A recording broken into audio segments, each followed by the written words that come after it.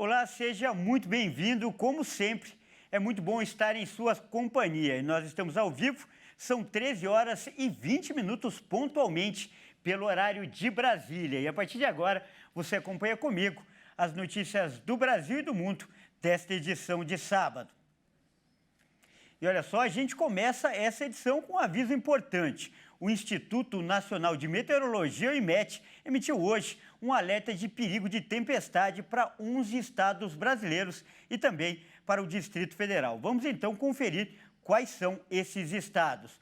O alerta é para São Paulo, Rio de Janeiro, Espírito Santo, Minas Gerais, Goiás, Mato Grosso do Sul, Tocantins, Distrito Federal, Paraná, Santa Catarina e o Rio Grande do Sul. Algumas regiões podem ter, inclusive, até 100 milímetros de chuva por dia no fim de semana. E a previsão ainda de ventos intensos que podem chegar a 100 quilômetros por hora e queda de granizo. Portanto, quem mora nesses estados precisa ter atenção. E olha só, ainda falando do clima, vamos conferir agora a previsão do tempo para algumas das principais capitais brasileiras. Em Porto Alegre, a temperatura pode chegar aos 30 graus hoje, com risco de temporal. Em Florianópolis, a previsão também é de chuva e a temperatura máxima é de 20 graus na segunda-feira, isso. Em Curitiba, também tem previsão, de 30 graus e chuva para hoje. Em Brasília, os termômetros podem atingir 32 graus neste sábado. Salvador tem máxima de 30 graus para hoje, com possibilidade de chuva. E Belo Horizonte deve ter a temperatura mais alta entre todas as capitais, com 37 graus. Olha só o clima que pode chegar neste sábado. Em São Paulo, a máxima pode chegar a 35 graus, com possibilidade de temporal também. E no Rio de Janeiro, a previsão é de 36 graus, sem chuvas. Essa é a previsão para hoje. E por fim, Vitória, no Espírito Santo, tem previsão de 36 graus para hoje. E olha só, esse forte calor dos últimos dias tem afetado a vida de muita gente. No Mato Grosso do Sul, por exemplo, a procura por ventiladores e ar-condicionado está tão grande que as lojas não têm aparelhos para pronta entrega. Confira na reportagem. Uma cena atípica em Dourados, calçadas vazias na área central da cidade. Na Praça Antônio João, apenas uma pessoa aguardando no ponto de ônibus. Mas isso tem um motivo. Às 15 horas e 24 minutos, o termômetro marcava 39 graus devido a uma onda de calor que está castigando as regiões norte, nordeste, sudeste e centro-oeste do país. E dessa forma, cada um busca, como pode, uma maneira de amenizar o calor. Matar a sede em uma torneira na praça ou buscar uma sorveteria mais próxima. Essa opção, aliás, se torna cada vez mais comum aqui na terra do tereré. Açaí. Todo dia agora com esse calor? Aham, sempre. Não falha um dia. Não. Melhor que o tereré. Aham. Termômetros nas alturas. Isso faz com que a venda de ar-condicionado aumente, mas também traz um outro problema, a falta do equipamento nas lojas. De acordo com esse gerente, a procura pelos aparelhos aumentou consideravelmente já no mês de agosto. A gente vem há uns 3 meses atrás com uma venda expressiva de ventilador e ar-condicionado devido à onda quente de calor, que vem de calor que a gente está tendo. E a procura do nosso consumidor está muito grande nos últimos meses, Só para você ter uma noção, nesse mês mesmo a gente está com um crescimento de 85% da venda do mesmo mês contra o ano passado. E essa grande procura resulta em um grande problema, a falta dos aparelhos. O jeito é o consumidor realizar a compra e aguardar alguns dias para que o produto seja entregue. A falta do produto é o que está pegando, Mesmo assim, a gente continua com uma venda muito expressiva e o cliente até aguarda, esse produto chegar. Ele vem, compra o produto, faz a encomenda, espera aí de 15 a 20 dias chegar o produto para ele receber na sua casa, porque o calor está muito grande, E a necessidade desse produto está muito grande para todos. Não é nem um luxo, é uma necessidade hoje. O aumento nas vendas devido à forte onda de calor também aconteceu com outros produtos. A gente tem um aumento muito grande no setor de refrigerador, Principalmente aqueles clientes que têm um refrigerador mais antigo. E como a gente está nessa onda de calor, às vezes força muito o próprio produto, como é mais antigo, não dá conta, de gelar as mercadorias do cliente. Ele acaba vindo pegar um refrigerador mais moderno, de uma potência melhor, e com isso a gente também tem aumento da venda desse produto. o estoque de ventiladores? Estoque de ventilador, a gente até estava conversando, né, antes, a gente também está com falta desse produto e o que chega a gente vende assim rapidamente, né? Os termômetros estão 5 graus acima da média esperada para novembro no sudeste e no centro-oeste do Brasil. Com isso, aumente a ingestão de água ou de sucos de frutas naturais sem adição de açúcar, mesmo sem ter sede, e evite exposição direta ao sol, em especial das 10 às 16 horas.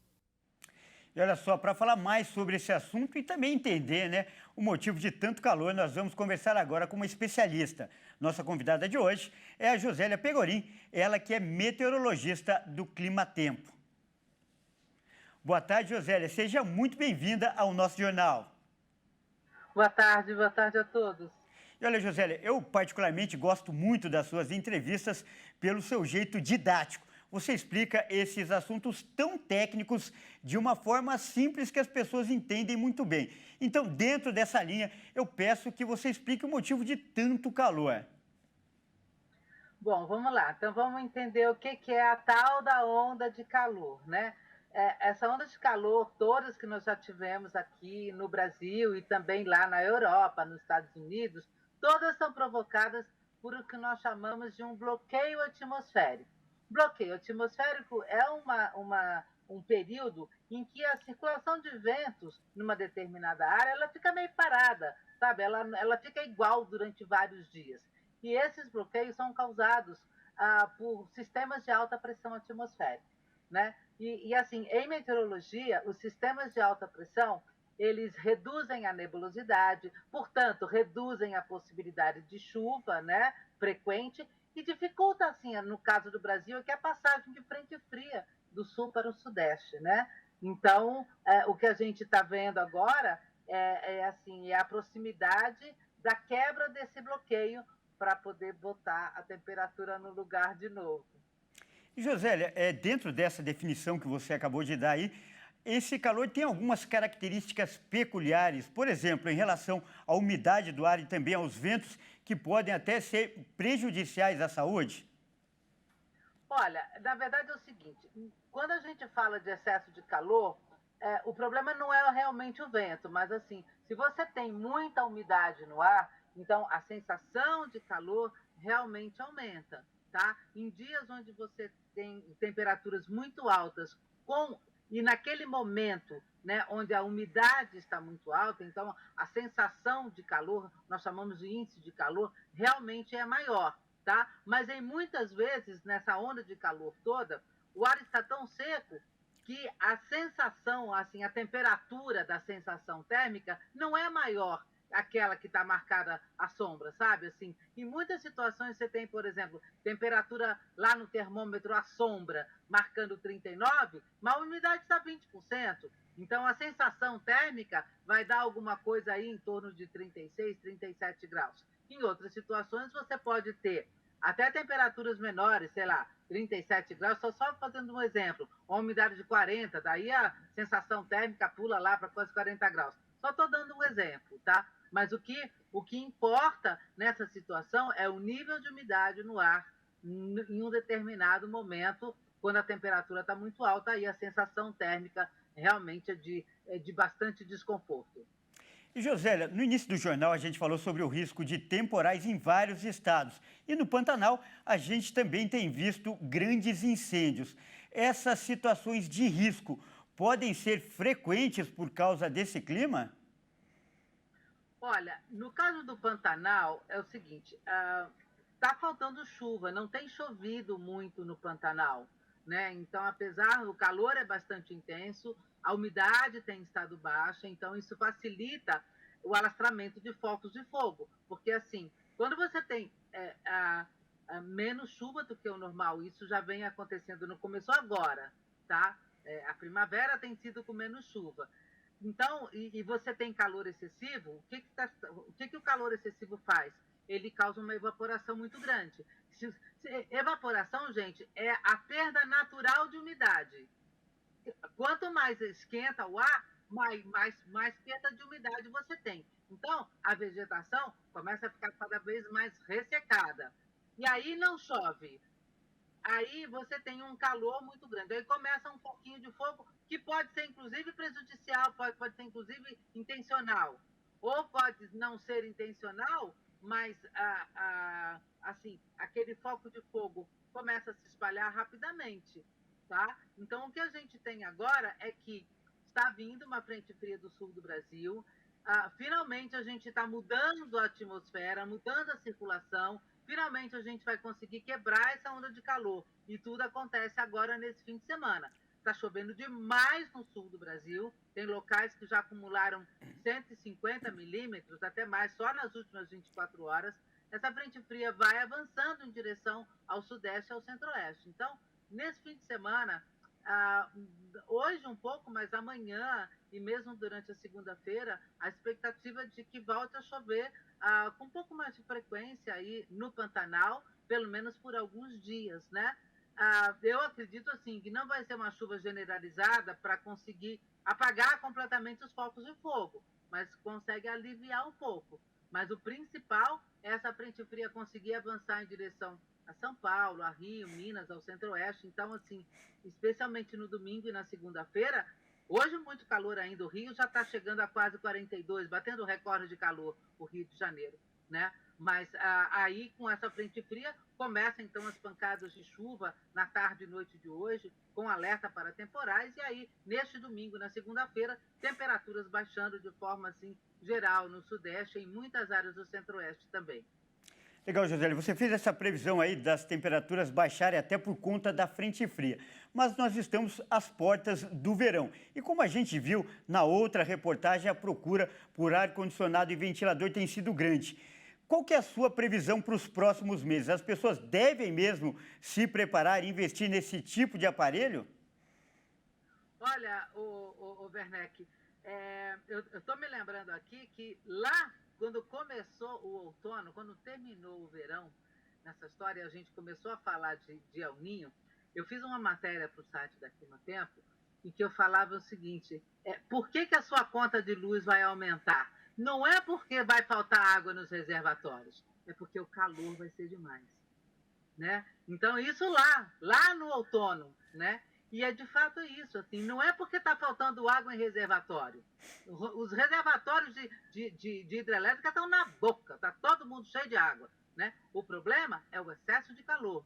Então, o consumo de tudo que possa aliviar o calor está excessivo, né? E a gente está vendo um aumento de vendas assim impressionante realmente. O que acontece? Durante o verão, normalmente assim, a gente não tem assim períodos tão prolongados de temperaturas tão altas, né? Porque você tem bastante nebulosidade, chuva, começa a chover mais. Assim, quando você tem mais nuvens e chuva frequente, a temperatura não consegue ter esses extremos como a gente está vendo agora, né? Assim, o nosso verão, ele vai ser um verão de calor, ele vai ser um verão quente. Não significa que você vai, assim, ter temperaturas tão extremas como a gente teve nessa primavera, porque você tem mais nebulosidade. Mas, ainda assim, a chuva do nosso verão é uma chuva que ela não deve ser como em outros verões. Ela deve, assim, a ideia é que chova menos do que o normal por causa do El Niño. O El Niño dificulta a organização das grandes áreas de chuva, né, que a gente tem durante o verão. Então, assim, é um verão quente. Nós podemos ter alguns picos de calor intenso, mas não assim, não é expectativa de grandes ondas. De qualquer forma, é o seguinte, super está valendo o investimento, né? Porque é fundamental que as pessoas criem um ambiente um pouco mais confortável, mesmo dentro de casa. Tá, né? certo. Um verão muito quente a gente vai ter, não com extremos, mas quente. Tá certo. Nós acabamos de conversar com a Josélia Pegorim, ela que é meteorologista do Climatempo. Josélia, mais uma vez, muito obrigado pela participação e por essa forma tão didática e simples que você passa esse assunto tão técnico. Tá bom, um abraço, bom calor para todos, se cuidem, viu? Legal, um grande abraço. Olha só, a gente muda de assunto agora para falar um pouco das eleições na Argentina. Isso porque a votação acontece amanhã. E conheça agora, então, a gente preparou um material para você conhecer o perfil dos candidatos que estão na disputa. O dia 19 de novembro na Argentina será marcado por muita tensão. A polarização política no país tem atingido patamares inimagináveis, já que a situação atual é muito preocupante. De um lado, temos um anarcocapitalista Javier Milei. Do outro, o peronista e atual ministro da Economia argentina, Sérgio Massa. O candidato Javier Milei se considera um populista de direita, com opiniões ditas polêmicas. Além disso, para ele, o Estado é um inimigo e os impostos são um entrave para a liberdade. Algumas de suas propostas envolvem a diminuição do tamanho do Estado. Milei ainda pretende tirar fundos do CONICET, uma autarquia que financia pesquisas científicas na Argentina. E a mais preocupante, afirma ainda que vai acabar com o Banco Central do país. As propostas do direitista chamam a atenção pelo fato de ser o mais diferente em uma comparação ao que a Argentina já teve. Para contrapor Milei, os argentinos têm a opção de votar no centrista da esquerda, o advogado Sérgio Massa. Ele, que foi escolhido como presidente da Câmara dos Deputados em 2022, passou a ocupar o Ministério da Economia neste ano. Massa é o candidato do governo e tem uma série de propostas sociais, como a recuperação do poder aquisitivo das famílias, a distribuição de remédios de forma gratuita, a inclusão de alguns direitos nas leis trabalhistas, alterações no ensino e criar uma política para mitigar as emissões de gases do efeito estufa e poluentes das indústrias de óleo e gás e mineradora. Ao contrário de Milei, Massa também fala em fortalecer as empresas estatais. No primeiro turno, em outubro, Massa ficou em primeiro lugar, com 36,68% dos votos. Já Milei obteve 29,98%. As últimas pesquisas projetam uma eleição apertada, com um empate técnico e ligeira vantagem numérica para Milei. O resultado deve sair a partir das 9 horas da noite deste domingo. Bom, e essa eleição interessa muito para o Brasil. Afinal, a Argentina é o nosso terceiro maior parceiro comercial, atrás apenas da China e dos Estados Unidos. Por isso, o governo brasileiro tem acompanhado de perto os acontecimentos no país vizinho, que, aliás, enfrenta uma grande crise econômica. E para falar mais sobre esse assunto, nós vamos conversar agora com um especialista. Olha só, nosso convidado é o cientista político Clever Vasconcelos. Muito boa tarde, Clever, seja muito bem-vindo. Aliás, grande prazer poder entrevistar o senhor de novo. Cada entrevista eu posso dizer que é uma aula nova. Obrigado pelo convite, eu fico à disposição para as suas perguntas. E olha só, hoje, na véspera da eleição, o candidato liberal, o Javier Milei, tem uma pequena vantagem nas pesquisas de intenção de voto. Você acredita que essa previsão deve se confirmar ou acredita em uma reviravolta?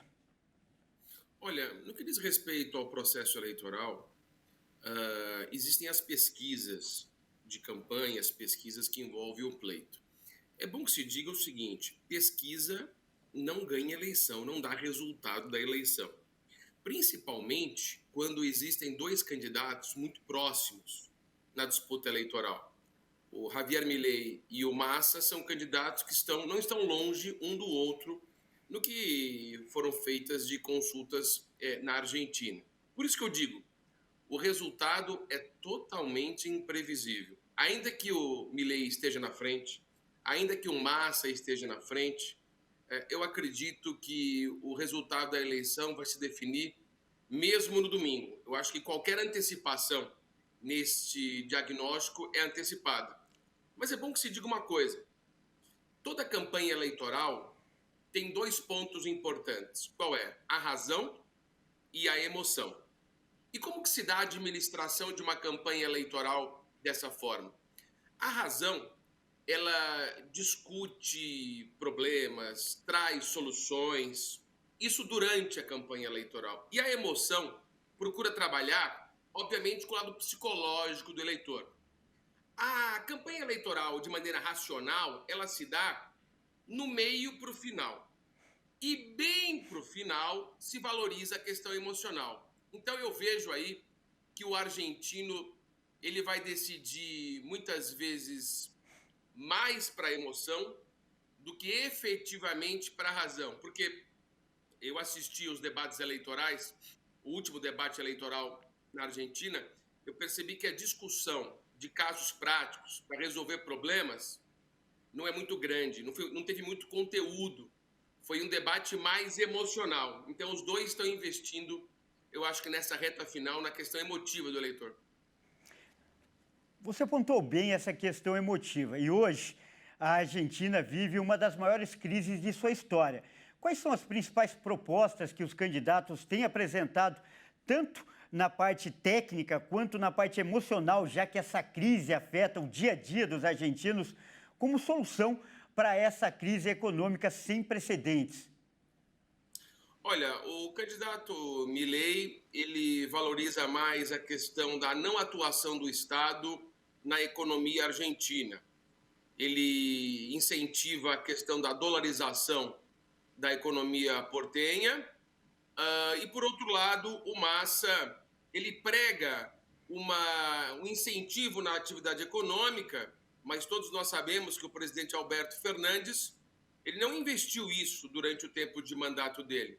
O presidente Alberto Fernandes, ele investiu na dependência de projetos sociais como critério de domínio do voto popular e da simpatia popular. Portanto, nós temos aí um grande desafio, porque o Massa ele vem desdizer o que dizia o Alberto Fernandes e o Javier Milei vem com uma proposta de dolarização e uma proposta de libertação da economia argentina.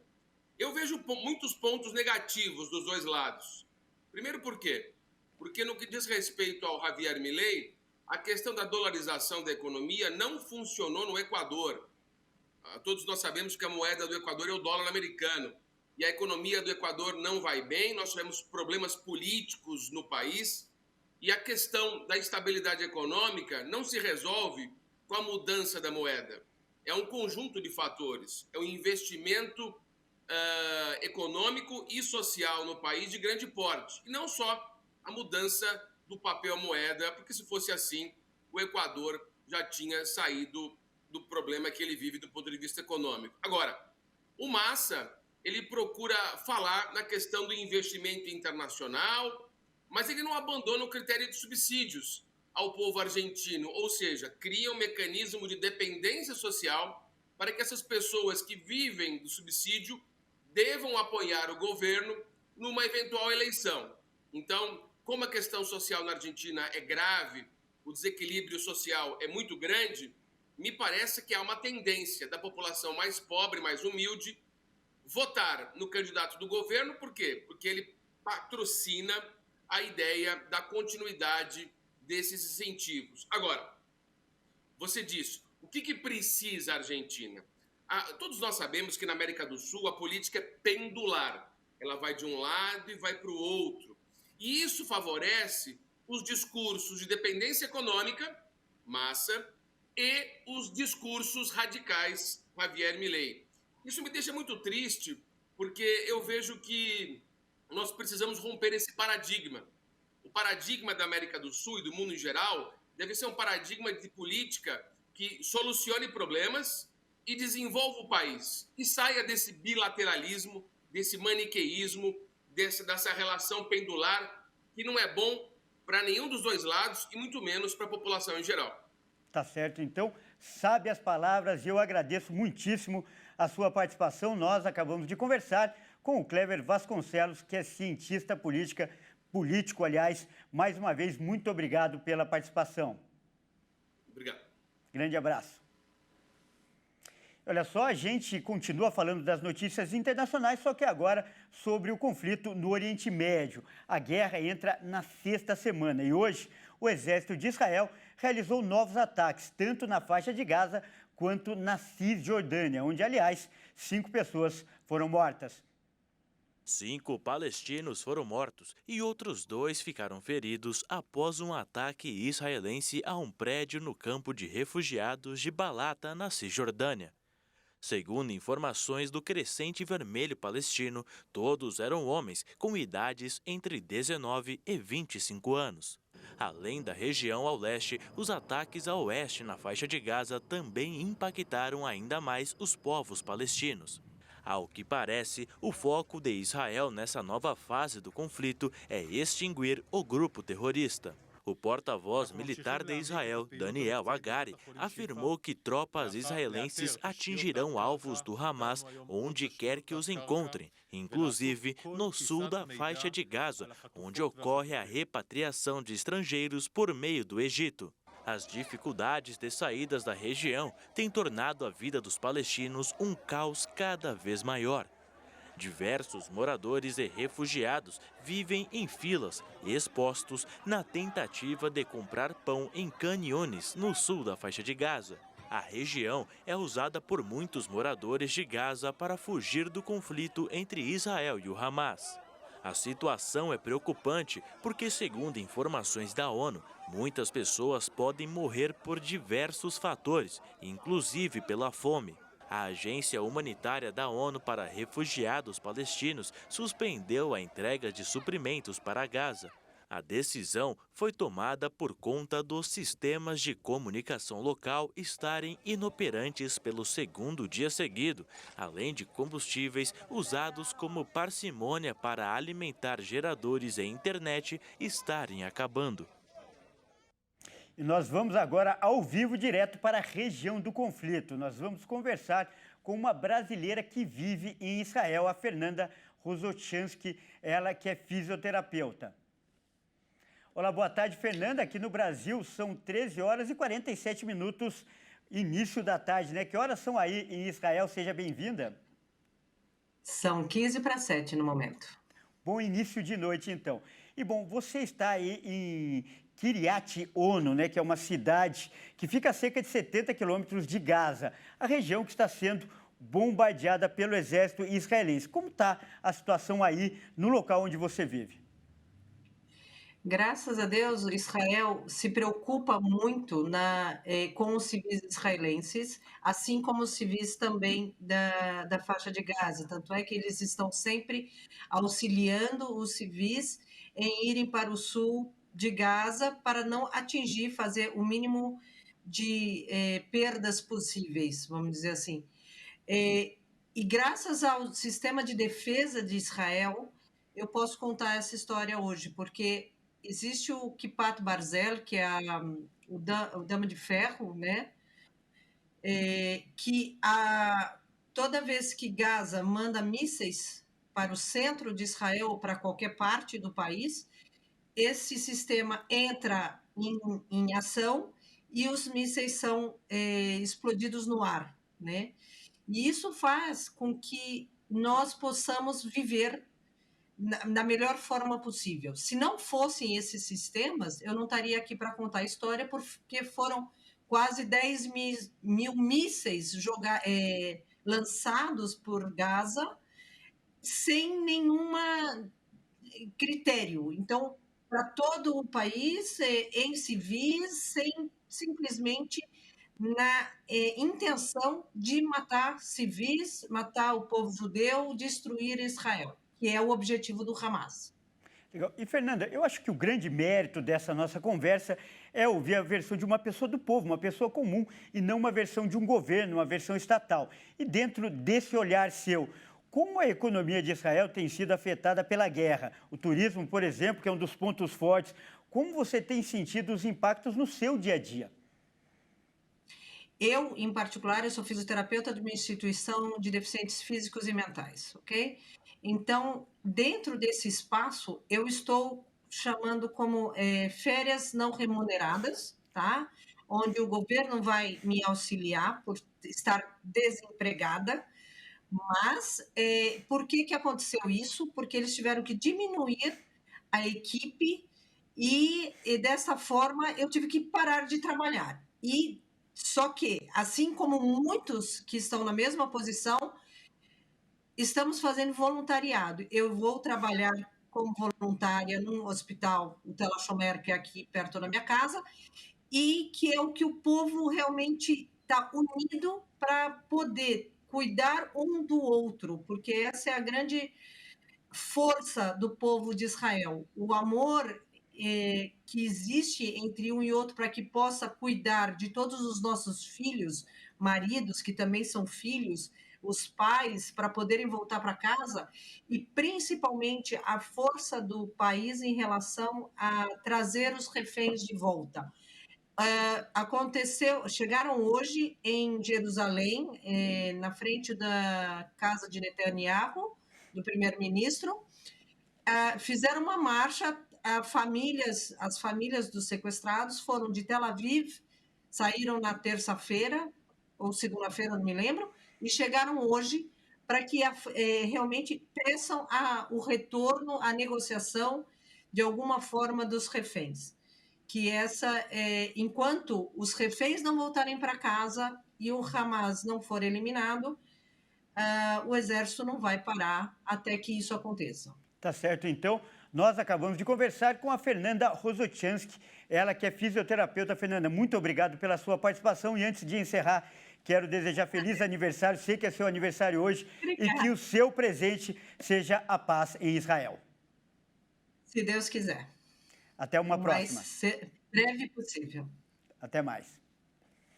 E olha só, nós vamos mudar de assunto para falar de outro assunto muito importante e que afeta principalmente pessoas doentes, né, e internadas em hospitais. Isso porque o Rio de Janeiro aprovou uma lei que reconhece a importância da assistência religiosa em hospitais da cidade. Acompanhe. O texto aprovado nesta semana considera que os fatores espirituais e religiosos promovem o bem-estar, contribuindo positivamente na saúde física e mental, na qualidade de vida e longevidade dos pacientes.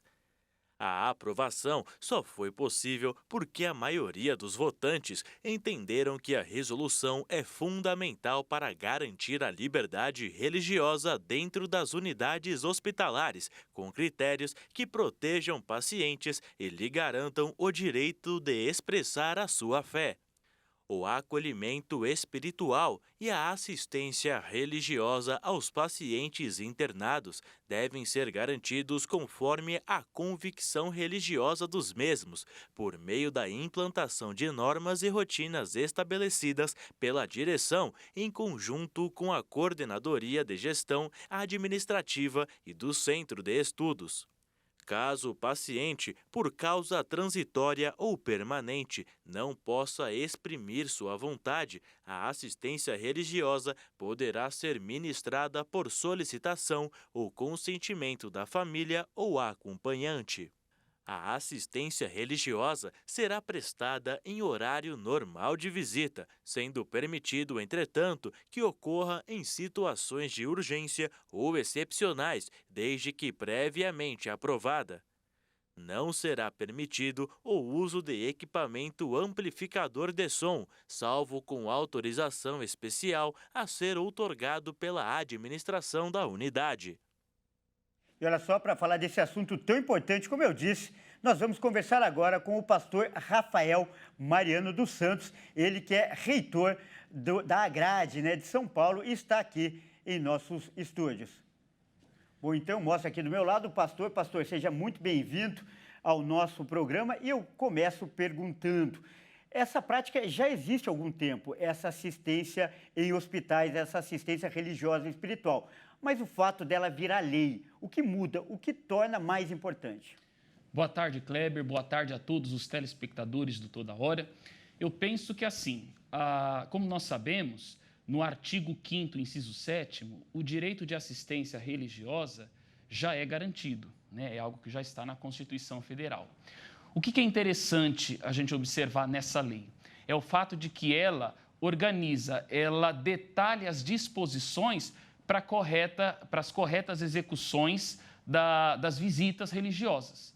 Porque o que acontece? Na prática, apesar do direito existir, por vezes nós, como pastores, tínhamos que contar com a boa vontade da equipe médica, com a boa vontade das equipes de enfermagem.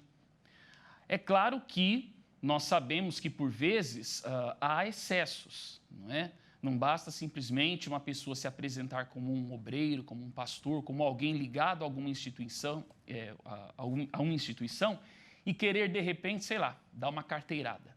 né? É importante que, se por um lado essa lei regulamenta e garante esse direito, esse livre acesso, é importante também que do outro lado, o pastor, o ministrante que for fazer a visita, entenda que ele também precisa se submeter às regras do hospital.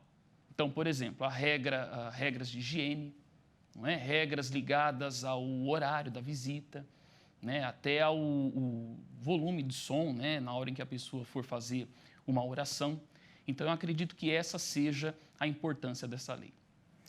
E, pastor, agora para as pessoas que nos assistem podem estar interessadas em realizar esse trabalho tão nobre, o que é preciso? A grade, por exemplo, oferece essa capacitação? Qualquer um pode se habilitar para fazer isso? Qualquer um pode se habilitar. No nosso caso, o que nós pedimos é que, lógico, a pessoa seja convertida, a pessoa realmente sirva a Deus, esteja ligada em uma igreja.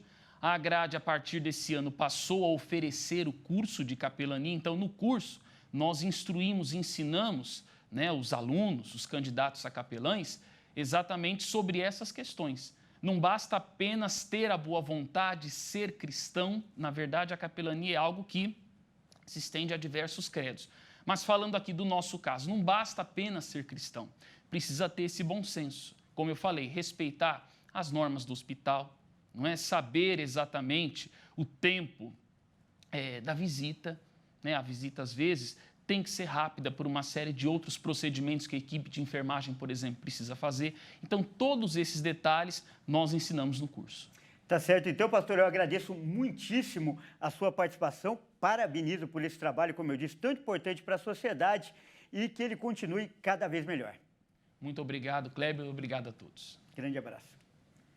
E olha só, eu fico por aqui, agradeço a sua companhia neste sábado e na sequência é mais um momento para você acompanhar o missionário R.R. Soares com o programa Show da Fé. Um excelente fim de semana. Até mais.